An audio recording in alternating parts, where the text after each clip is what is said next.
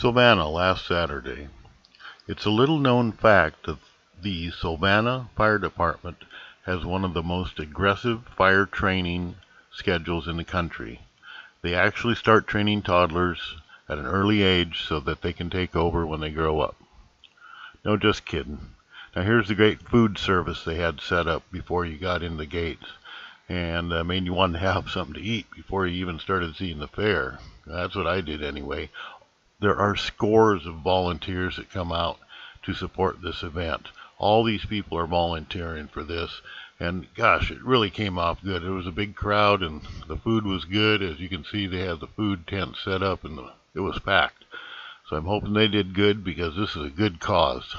Hats off to all those volunteers that took that time to do that. First off, the rabbit exhibition. And there were many entries, but there was one blue prize winner, and I kind of lucked out getting there at the right time when they were starting to hand out the ribbons, because it was a big event, and these kids deserve the recognition they get for all the time and effort. Next was the chickens, followed by the beef. Now this was the biggest category, I guess because cows are a lot bigger than chickens and rabbits. No, just kidding. No, they had regular beef cows for eating, and dairy cows of many varieties, and they were all well groomed and being shown off and judged by their peers. You could see a little tension in the faces of the contestants, because this was a lot of work for them, and they wanted it to pay off in a big way. Hats off to them too. Next were the swine. Now they were all sacked out because it was 90 degrees that day, and some of their handlers were resting with them, and it seemed appropriate because it was a hot one. Sandy Lashbrook, a Facebook friend of mine, she was managing the canine unit here that judged the dogs. And what could a little fair be without a tractor show? There were vintage tractors, probably from all over. This is pretty neat, people restoring these and keeping the tradition alive. And it's good to see them in fun too.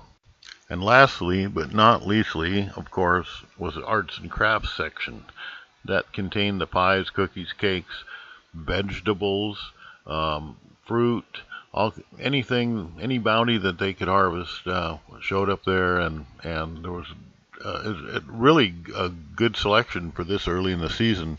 But what I was really impressed by were the quilts. There were some beautiful quilts there. These photos don't render them as good as they would be in real life, but you can imagine how much time it took somebody to take and make these things. And I was really impressed, really impressed. Now, the fair is only one day a year. It's kind of like a mini Brigadoon. So next year you get out there if you can, and come down there and enjoy some food and fun. And it's a good place to run into friends. Here's Tom Boskett, Carol, and Randy Larson.